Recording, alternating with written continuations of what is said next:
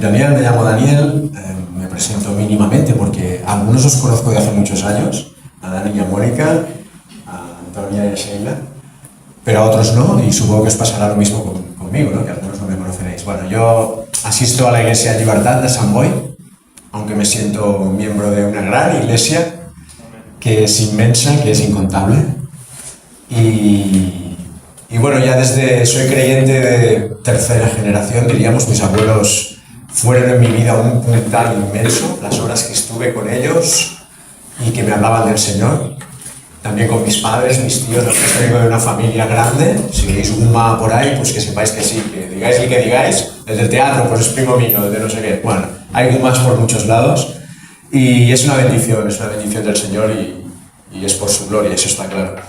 Crecí en los caminos del Señor, aunque pasé una adolescencia complicada, pero el Señor me llamó de una manera muy especial y con mucho amor y crecí queriéndole servir. He estado unos cuantos años anciano en dos iglesias y desde hace un tiempo el Señor pues, ha puesto en mi corazón ser de refuerzo a iglesias que lo necesitan en cuanto a la palabra. Así que mi ministerio actual ya no es ser anciano como estaba hasta hace unos años en la Iglesia de Libertad de Sant Boi, sino que lo que hago es que cada 15 días, domingo sí, domingo no, gracias, voy a predicar a alguna iglesia. Y os puedo decir que eso es algo maravilloso, es un privilegio, porque la visión de la iglesia se hace muy grande.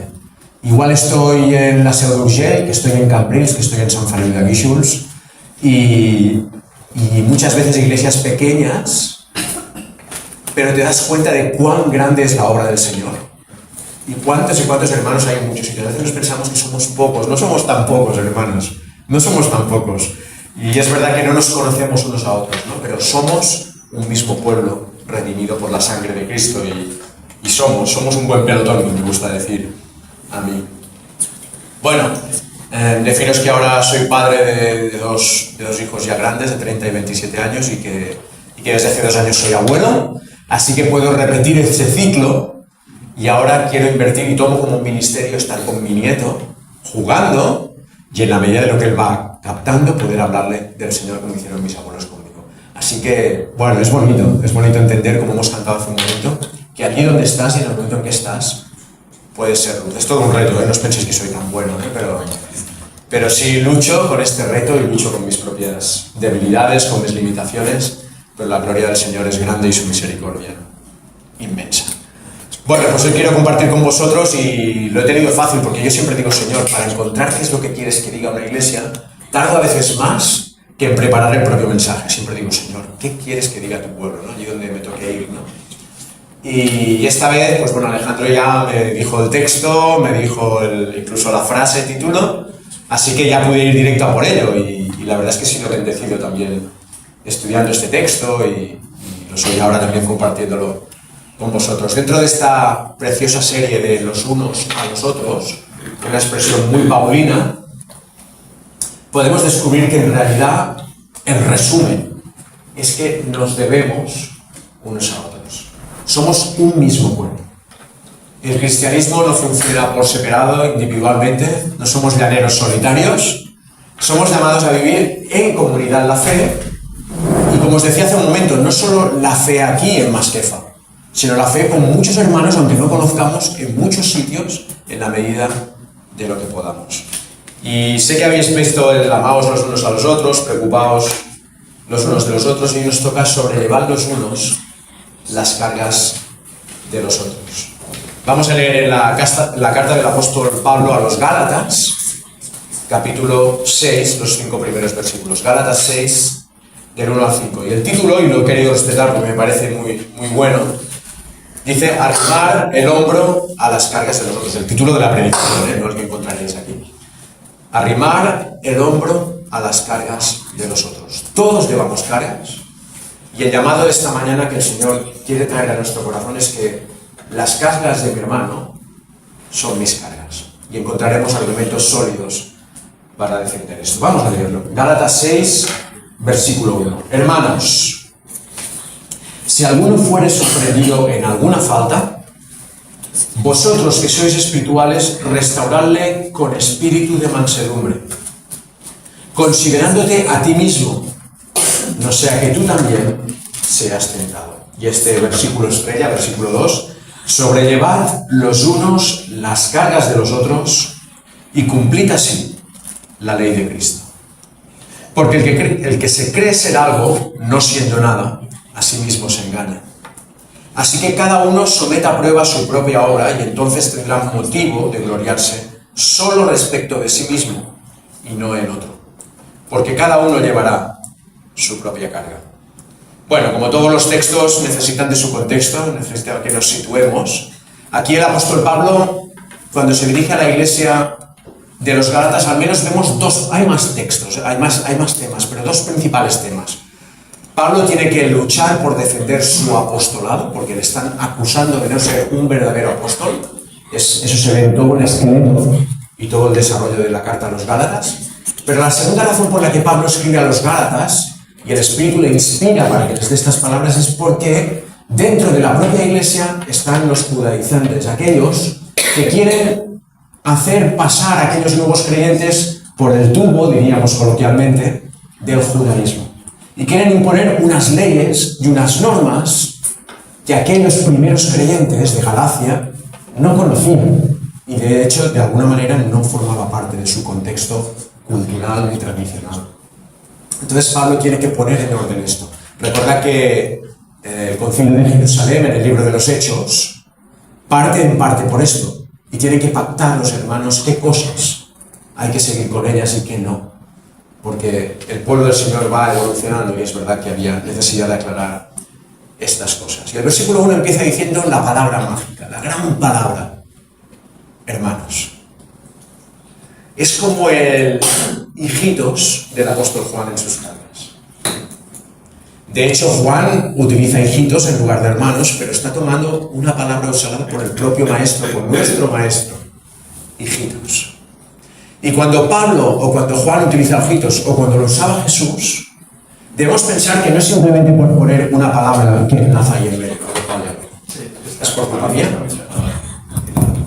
Vale. Pues cuando Pablo utiliza hermanos o Juan hijitos, o el mismo Señor lo usaba, no es por completar la frase. ¿Qué está haciendo? Y supongo que lo podéis intuir. Está diciendo algo especial. Si tu amigo te dice Antonio, no sé si hay algún Antonio aquí, te dice Antonio, esto y lo otro y tal, no sé qué, no sé cuánto, y en cierto momento te mira y te dice Antonio, y tú te quedas, aquí viene algo importante, ha parado, me ha llamado por mi nombre, ¿no? Y es un poquito lo que ocurre.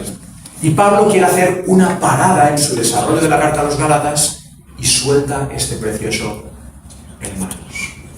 Nos sirve para recordar que tú eres mi hermano y mi hermana. Y que aunque hasta ahora igual no nos conocíamos, yo soy tu hermano también. Hermanos, estamos en una misma causa, estamos en una misma lucha. He dicho que Pablo quiere combatir las imposiciones de los judaizantes del momento. Y es que la imposición y el legalismo se estaba convirtiendo en una sobrecarga para el pueblo de Dios en Galacia. Recordad las palabras en Mateo 23:4 del Señor Jesús cuando se dirige a los fariseos y dice de ellos: porque atan cargas pesadas y difíciles de llevar y las ponen sobre los hombros de los hombres, pero ellos ni con un dedo quieren moverlas. Atar cargas pesadas y difíciles de llevar y ponerlas sobre los hombros. Esto nos da mucha luz sobre este versículo 2 que ahora leeremos. Y Pablo quiere defender que si alguna carga hay, es la carga del Evangelio, es la carga de la lucha entre hermanos, de ayudarnos, de apoyarnos mutuamente.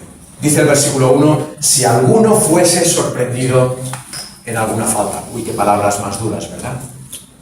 Y normalmente viene a nuestra mente cosas graves, ¿no? Si alguno fuera sorprendido en algo grave, ¿cómo tenemos que actuar como iglesia? Pero la pregunta es, ¿quién es el sorprendido? Porque siempre tenemos la tendencia a que el sorprendido sea mi hermano y no a pensar que el sorprendido puedo ser yo. Es más, que yo mismo puedo sorprenderme a mí mismo. No sé cómo está tu lucha con el pecado, con lo que deberías hacer y no haces, y lo que no deberías hacer y haces. Pero os ocurre a vosotros en vuestras vidas que a veces nos sorprendemos a nosotros mismos. Otra vez lo mismo, Señor. Señor, qué lástima, perdóname. Otra vez lo mismo. Y nos autosorprendemos también. Entonces, cuidado en clasificar quién es el hermano que puede ser sorprendido. Y hagamos este ejercicio de pensar que también nosotros podemos ser el sorprendido. Porque dices, si alguno fuere sorprendido en alguna falta. Y claro, nosotros decimos, hombre, una falta. Quieto, que ahí es algo importante, ¿no? Pero si vamos a la palabra griega, no diré palabras griegas. Voy a predicar una vez al mes a Radio San Vicens y me conocen como el hombre de las palabrejas. Porque cada día tengo que llevar una palabra complicada en el mundo teológico, pero hacerla cercana a las personas no creyentes que puedan escuchar, ¿no? Entonces no soy muy dado a dar palabrejas. Las tengo apuntadas. Si alguno quiere, yo luego se lo doy o le paso la predicación, lo que sea, por WhatsApp. Pero hay una palabra griega aquí concreta. Y la palabra que se traduce por falta es caída accidental. Tropezar. Entonces volvemos a la pregunta, ¿quién es el sorprendido? Claro, esta falta es una caída accidental, un tropezar. Y eso nos suena, ¿verdad? Debería sonarnos en la realidad de nuestras vidas día a día. No necesariamente es algo grave. Para eso ya hay otra palabreja griega. Pero aquí la palabra que se usa es un tropezar, algo accidental. Inevitablemente tenemos que ir a los versículos 19 a 21, poco antes del texto que hemos leído. Capítulo 5, versículo 19. Manifiestas son las obras de la carne, que son adulterio, grave; fornicación, grave; inmundicia, lascivia; idolatría, hechicerías; enemistades, pleitos, celos, iras, contiendas, disensiones, herejías, envidias, homicidios, borracheras, orgías y cosas semejantes a estas. Y quizá en esta lista te puede dar la impresión que hay cosas graves y cosas no tan graves. Pero recordemos que para el Señor el pecado es pecado. Y que no debemos caer en clasificar las cosas graves y las no graves. Todos estamos en esta lucha con el pecado. Porque igual los celos, o igual la envidia nos esperan ya más cerca. O igual la ira. Estamos todos metidos en esta frase de si alguno hubiera sido sorprendido en falta. Eso es importante entenderlo. Y Romanos 3:10 nos dirá, no hay justo, ni siquiera uno. Ni uno de nosotros estamos libres de estas cosas, de estas obras de la carne. Por cuanto todos, dice Romanos 3:23, todos pecaron. Querido hermano pecador, bienvenido a la iglesia, bienvenido al hospital de enfermos pecadores. Ese tiene que ser también nuestro mensaje hacia puertas hacia afuera. Somos una comunidad de pecadores que sí tropezamos, caemos, somos sorprendidos y autosorprendidos también en faltas. Dice, si alguno hubiere sido sorprendido en falta, vosotros que sois espirituales, restauradle con espíritu de mansedumbre. Y volvemos otra vez a preguntarnos, ¿quiénes son los espirituales? Ojo en nuestras iglesias, por clasificar los carnales y los espirituales. ¿Quiénes son los espirituales? Quizá eres tú, mi hermano. Yo tengo dudas sobre mí. Y creo que como iglesia somos llamados a, en esa humildad, saber que podemos ser sorprendidos, pero saber que todos somos llamados a ser espirituales. Pero ojo con el autoproclamarnos hermanos espirituales, porque el texto del capítulo anterior nos ha recordado que todos, en más o menos dosis, también experimentamos las obras de la carne. ¿Quién es el espiritual? Pero tanto si crees que eres muy espiritual o no, el mandamiento es claro. Si alguno hubiere sido sorprendido en falta, vosotros que sois espirituales, restauradle con espíritu de mansedumbre. Y aquí la palabreja de nuevo, la palabra que se usa es la de remendar una red.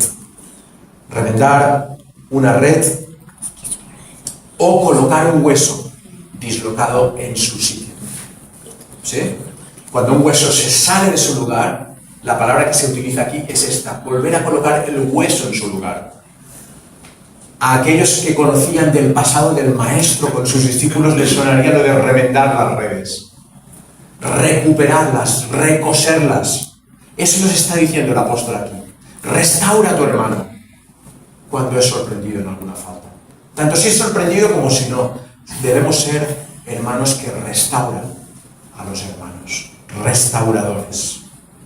Y el apóstol nos dirá dos cosas importantes. Una, con mansedumbre. ¿Cómo hay que restaurar al hermano? Con mansedumbre. Y fijaros que la mansedumbre forma parte del fruto del Espíritu, que también se nos describe en los versículos 22 y 23 del capítulo 5, perdón. Mas el fruto del Espíritu es amor, gozo, paz, paciencia, benignidad, bondad, fe, mansedumbre, versículo 23, templanza.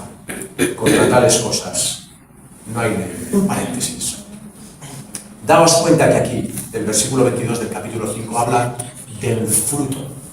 Por un lado nos hablaba de las obras, plural, de la carne. Aquí nos habla del fruto del Espíritu, singular. Y realmente es que la obra del Espíritu en nuestras vidas es un solo fruto. Lo digo porque a veces oímos hermanos que dicen: es que lo mío es el amor, es que lo mío es la paciencia, pero yo en cambio fallo con la ira. Y no hay esta opción, querido hermano.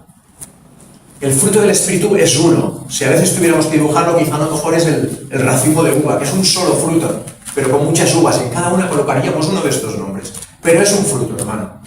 Somos llamados a que todas estas expresiones de los versículos 22 y 23 sean una realidad en nuestra vida. Y a la hora de restaurar, volviendo al texto, es importante hacerlo con mansedumbre. Ante una sorpresa por una falta podemos escandalizarnos, podemos emitir juicio, podemos murmurar, podemos hundir al hermano. Pero no nos cuesta mucho discernir que el Señor Jesucristo, nuestro Maestro, era un gran restaurador. Restauraba vidas, restauraba almas, restauraba situaciones, aun a pesar de que eso a veces provocara un escándalo en aquellos que querían imponer la ley. El gran restaurador, el Señor Jesucristo, lo hacía siempre, siempre con mansedumbre.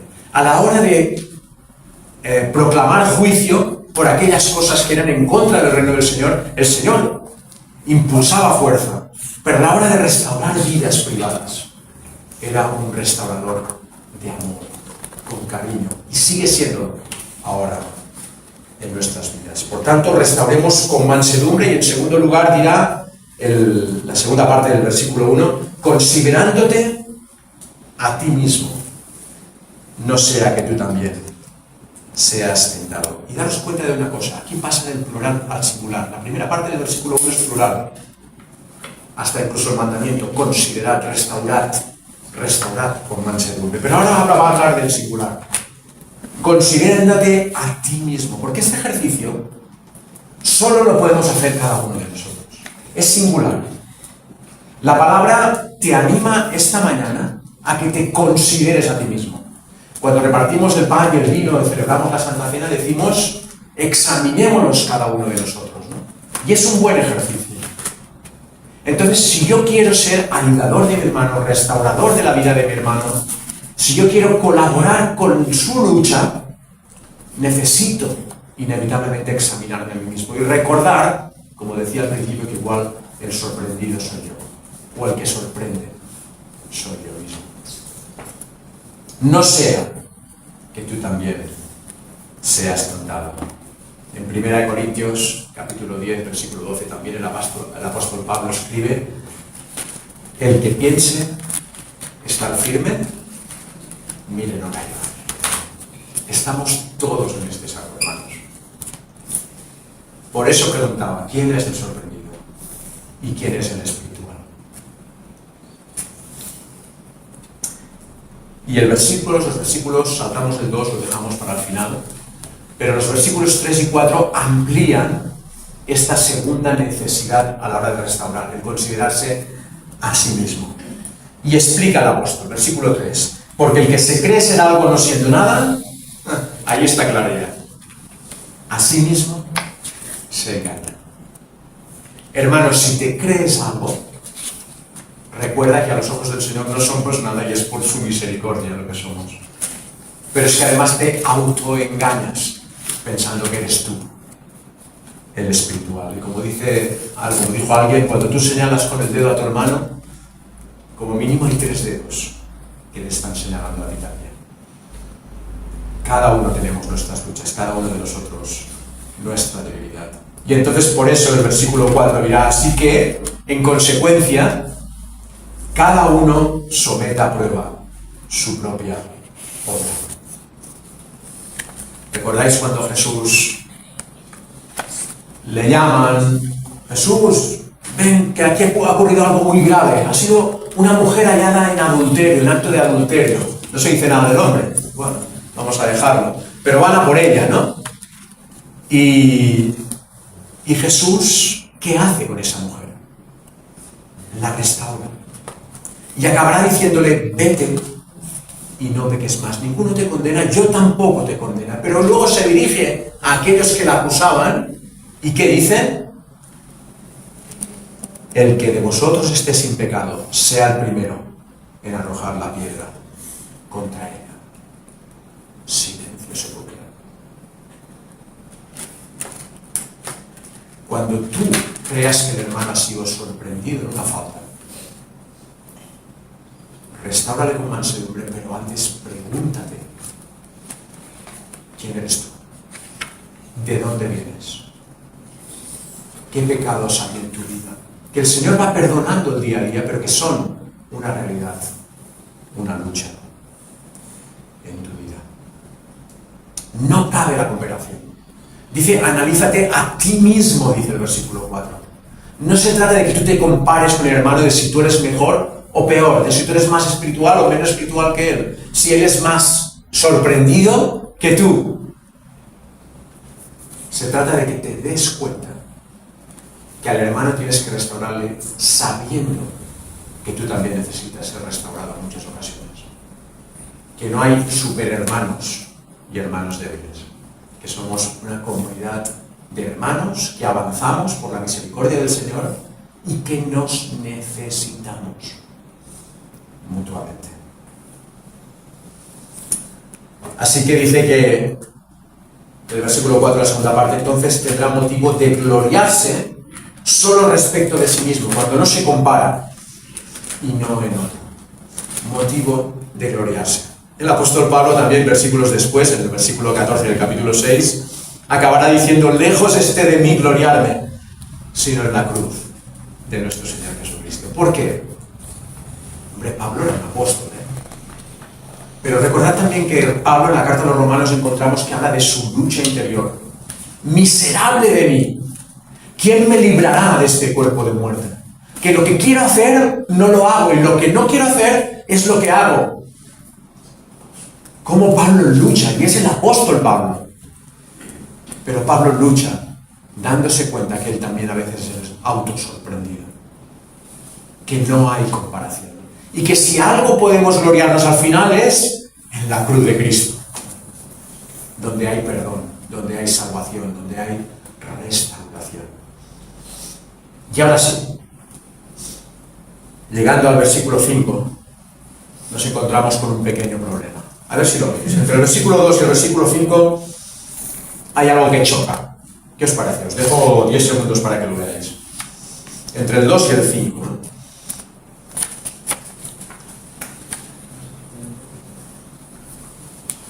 ¿Qué os parece? ¿Hay algo que chirría? El versículo 2 ya lo hemos leído antes, y el 5 también. Bueno, el versículo 2 nos animará a sobrellevar las cargas los unos de nosotros. Y el versículo 5 nos dice, porque cada uno llevará su propia carga. ¿Qué pasa aquí? Pablo, ¿qué pasa con esto? ¿Tenemos que llevar cada uno su propia carga o tenemos que llevar la carga unos de otros? Y inevitablemente en nuestras Biblias no podemos verlo claro, pero también las dos palabrejas griegas son diferentes. La palabra que encontramos en el versículo 5, fortión, se refiere a la mochila pequeña que llevaba el soldado romano. Una mochila donde llevaba sus cosas básicas para el combate y para su propia necesidad. Una mochila que cada soldado llevaba al combatir. Pero la palabra carga del versículo 2, varos, es una carga difícil de llevar. Incluso diría que uno solo por sí mismo no puede llevar. Esta es la diferencia. El versículo 5 nos está diciendo, cada uno lleva su propia lucha, cada uno lleva su propia carga, pero dentro de lo que cabe, cada uno podemos soportarla. Pero el versículo 2 nos está diciendo, hay veces en que la carga no puede soportarla el hermano, o yo mismo no puedo. Entonces, cuando esa carga supera esa mochila individual, es cuando somos llamados a sobrellevar las cargas los unos de los otros. Arrimar el hombro a las cargas de los otros. Y me gusta esta expresión, sobrellevar, porque la leemos así rápidamente, pero si la separas etimológicamente, sobre, esfuerzo, llevad. ¿Vale? Está diciendo, lleva más de lo que puedes. No, hombre, no. Más de lo que puede que lo lleve el hermano, que ya llevo mi propia carga, versículo 5. No, el apóstol está diciendo, lleva tu carga, y versículo 2, haz ese esfuerzo, esa sobrecarga, por llevar también parte de la carga de tu hermano. Porque sabes una cosa, hay ocasiones en que tu hermano no puede con su carga. Y lo último que necesita es juicio, lo último que necesita es murmuración, lo último que necesita es desacreditación. Tu hermano te necesita. Y a lo mejor eres tú mismo el que está ahora en esta situación y hay una carga pesada para ti que crees o sientes que no puedes llevar. Sobrellevad los unos las cargas de los otros. Encontré una frase que me gustó. Dice, una carga equivale a media carga cuando es llevada entre dos. Obvio, ¿no? Pero lo entendemos. Una carga equivale a media carga cuando es llevada entre dos. Y cuanto más arrimemos el hombro, mejor será esta carga. He traído mis castellers, soy un aficionado a los castellers. ¿Aquí a alguien le gustan los castellers? Algunos creo que habéis... Sí, la Sheila, muy bien. Algunos creo que habéis venido hace poco y a lo mejor culturalmente aún no habéis podido empatizar con esto. ¿Hay algún casteller por aquí? ¿No? No. Vale. Veo que miras para atrás, digo, igual alguno... Bueno, a mí me encantan. Esto es un 2 de 7. Un 2 de 7, que quiere decir simplemente que las 7 son la altura y 2 es, siempre se pone primero el número de personas que hay por cada fila. Culturilla del món. Un 2 de 7 sense manilla y sense forro. Pero ahí tenemos la enxaneta, que es el que levanta el brazo. Pero en realidad, ¿qué está ocurriendo aquí? Tiene mucho mérito la enxaneta cuando llega arriba, no sé, bueno, lo habéis visto supongo alguna vez, ¿no? Igual estoy hablando de la enxaneta, levanta el brazo y culmina el castell, luego les quedará descender, pero ya está, ya lo ha conseguido. Pero aquí dentro hay un montón de gente en medio de la piña que no se ve.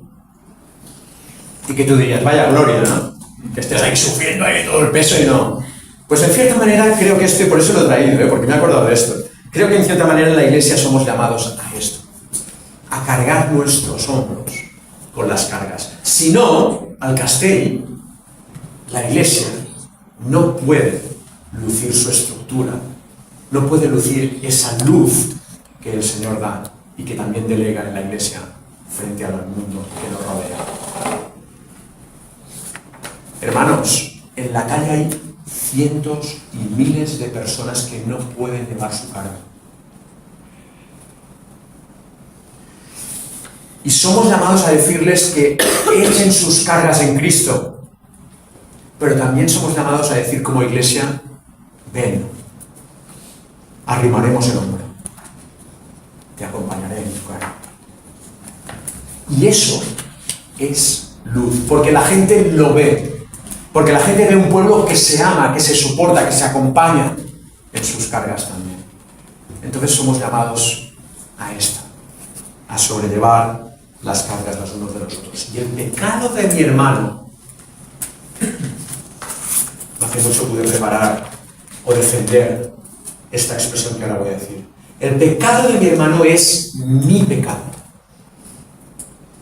Hay que ver que hermano y que hermana tan pecador te ha tocado, ¿eh? Es que mi hermano sí que...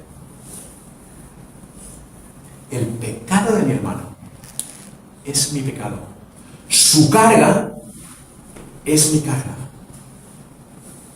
Hay un texto precioso en el libro de Nehemías, capítulo 1, versículo 6.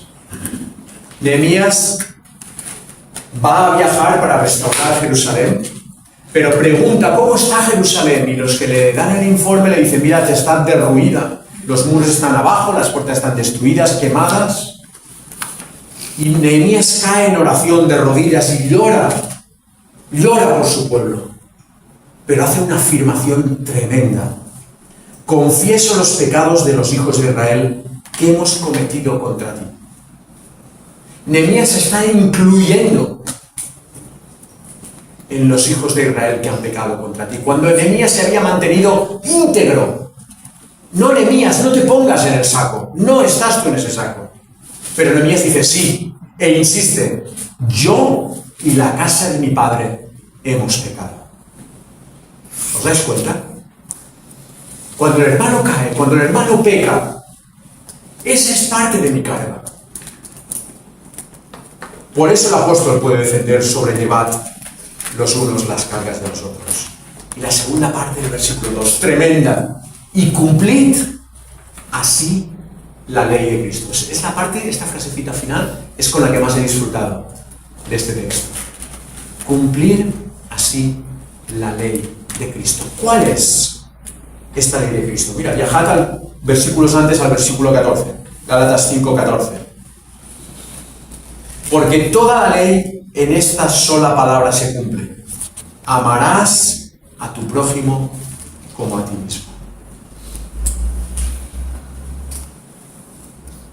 Somos llamados a cumplir esta ley. Y aquí el apóstol le llama la ley de Cristo. La ley del amor. ¿Por qué? ¿Por qué le llama la ley de Cristo? Isaías 53:5. Él, refiriéndose a Jesucristo, al Mesías, herido fue por nuestras rebeliones, molido por nuestros pecados. El castigo de nuestra paz fue sobre él, y por su llaga fuimos nosotros curados. ¿Sabéis qué hizo Jesús en la cruz? Ya sé que lo sabemos, pero recordémoslo. Entre otras cosas, cogió mi carga, la carga de Daniel, tu carga, y la puso sobre sus hombros. Camino del Gólgota iba con una cruz a cuestas, pero esa cruz era tu pecado. Y en esa cruz fue clavado, pero lo que le clavó en esa cruz fue tu pecado. Pero lo hizo de buen gozo, de buen grado, porque él sabía que con eso restauraba la relación del Padre contigo, la relación del Padre conmigo. Lo que clavó aquellas manos y aquellos pies fue haber dado la espalda a nuestro Dios. Y eso lo hicimos en el pasado, pero aún como creyentes lo hacemos también a veces. Así que el Dios restaurador de cielos y tierra, el Dios restaurador de cada una de nuestras vidas, llevaba en la cruz el peso de tu falta, versículo 1. El peso de tu falta. Claro que sí. Mateo 11:28. Venid a mí todos los que estáis trabajados y cargados, y yo os haré descansar. ¿Qué está diciendo Jesús?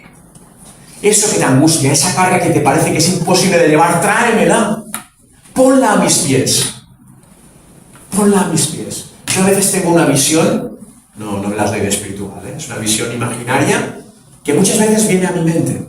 Cuando hay un momento en que estoy en problemas o que me siento decepcionado, autodecepcionado por mi pecado también, autosorprendido, como decíamos antes, o cuando hay situaciones que me embargan o dificultades en la propia iglesia, pienso, Señor, qué miserias, ¿qué hago? ¿Y cómo resolver esta temática?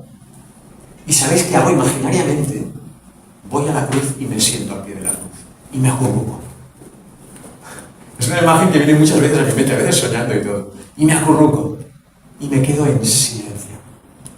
Porque todas mis cargas, Jesús las llevó también en aquella cruz. Sí, la carga del pecado, pero también otros tipos de cargas que hay en nuestras vidas. Cargas físicas, cargas espirituales, cargas emocionales, dificultades, tribulaciones, enfermedades, necesidades económicas. Aquí está la iglesia. Aquí deberíamos estar cada uno de nosotros. No puede haber, y sé que me vais a entender porque con esta expresión se puede malinterpretar, no puede haber hermanos ricos y hermanos pobres. No puede ni debe haber. Quizá económicamente estás mejor que tu hermano, o peor. Pero si estás mejor, deberías plantearte ser de ayuda a tu hermano. Si estás más sano que tu hermano, deberías plantearte ser de ayuda a tu hermano. Si estás en una situación en que puedes decir, mira, oye, no hay grandes problemas en este momento, buen momento para pensar en los problemas de tu hermano y empatizar, que quiere decir ponerse en el lugar de. La vida de Cristo debe ser reflejada en cada área de nuestras vidas. No hay espacio para el orgullo y decir que yo soy mejor que mi hermano. No hay espacio para la comodidad, es que así estoy bien, ¿por qué me voy a meter yo en líos con los líos de mi hermano? No hay espacio para no tener empatía. No hay espacio para dejarnos llevar por el temor. Porque ¿sabes una cosa? Cuando tú le preguntas a tu hermano cómo estás y te dice bien, si le preguntas una segunda vez, ese bien a veces no es tan fuerte. Y si le preguntas una tercera vez y le miras a los ojos, igual te dirá, no estoy bien. Pero tendrás que ser consecuente, porque preguntar eso trae trabajo. A veces creo que no nos preguntamos muy profundamente cómo estamos, por miedo a no tener que implicarnos. Pero eso no es evangelio. El evangelio es Cristo implicándose en tus problemas y tus cargas y esperando de ti que tú también lo hagas con los que te rodean. Amarás a tu prójimo tanto como a ti mismo. Así que os propongo que nuestros recursos financieros, me lo digo a mí mismo, nuestros dones y talentos, nuestro tiempo debe estar al servicio del Señor, pero también al servicio de mi hermano, porque a fin de cuentas servir al hermano es servir al Señor. No se puede separar estas dos áreas. ¿Estáis de acuerdo? Amén. Hermanos, como le digo yo algunas veces en mi iglesia, hermanos, sin ti yo no avanzo. Pero por favor, no avances sin mí. Nos necesitamos, somos dependientes unos de otros. El Señor lo ha diseñado así. Y somos una familia que se vuelve rica cuando vivimos esta realidad. El interés, la preocupación, el cuidarnos unos a otros, el restaurarnos cuando alguno es sorprendido. A veces he oído juicio muy duro con hermanos que para nosotros han cometido cosas muy graves. Y se nos olvida que a los ojos del Señor todos somos pecadores y que si no fuera por su gracia y su amor, ninguno de nosotros estaría bien y no estaría aquí ahora mismo. Debemos ser una comunidad sanadora. Y termino con una expresión, me gustó porque es muy sencillo, pero dicen que vieron en una maratón, detrás de las vallas había una niña que quería ver cómo pasaban todos los corredores. Y tenía otro niño en brazos, aguantándolo. Y alguien se acercó y le dijo, niña, ¿no te cansas con ese niño en brazos? Y le dijo, no señor, es mi hermano. No me canso, es mi hermano. Y creo que es una bonita y sencilla ilustración de una realidad que debería ser en nuestras vidas y en nuestras iglesias. Así que gracias nuevamente por haberme dejado compartir la palabra con vosotros. Si no tienes al Señor en tu corazón, Piensa en esto de las cargas. No fue un hecho histórico y ya está. Fue el acto de amor más grande que Dios podía hacer por llegar a ti y por llevar sobre sus hombros tu carga. Te queda la opción de caer de rodillas a sus pies, quizá en público, quizá a solas en casa, pero doblar tu vida y decirle: Señor, perdóname, límpiame, quiero andar este camino sabiendo que estás a mi lado.